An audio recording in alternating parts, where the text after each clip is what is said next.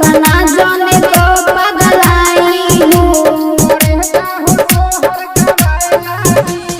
दिल्ली से चल के आई हूँ, कतना जाने तो पगलाई हूँ।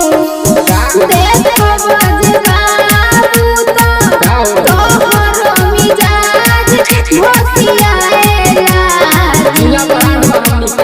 जिला दरभंगा के लाग जाई मोहर करे जाहो सोहर गवाएला। जिला मधुबनी के लाग जाई मोहर करे जाहो सोहर गवाएला। जिला दरभंगा के लाग जाई मोहर, जिला मधुबनी के लाग जाई मोहर करे जाहो सोहर गवाएला। तोहरा नियन लइका पीछे हमरा रहेला। सब फरमाइश बाबू पूरा हमरा करेला। ऐसन बात बता भले है सुन, भले सब जिला तोहरा के छोड़ देले बा, गान तोहरा के देखी मुंह मोर लेले बा।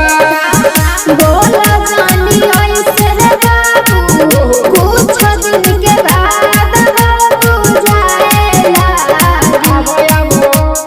जिला दरभंगा के लाग जाई मोहर करे जाहो सोहर गवाएला। जिला मधुबनी के लाग जाई मोहर करे जाहो सोहर गवाएला। जिला दरभंगा के लाग जाई मोहर, जिला मधुबनी के लाग म्यूजिक बाय डीजे उमेश, शुक्रिया बाजार। कमला बिहारी आमद सुन हमारा बात हो। बोला लागी जब झटका होई जिंदगी खराब हो। अरे बाप रे बाप ऐसन बात बता तोरा भइल बा कैसन भरम गोरिया। हमर जिला न कौनो से कम गोरिया।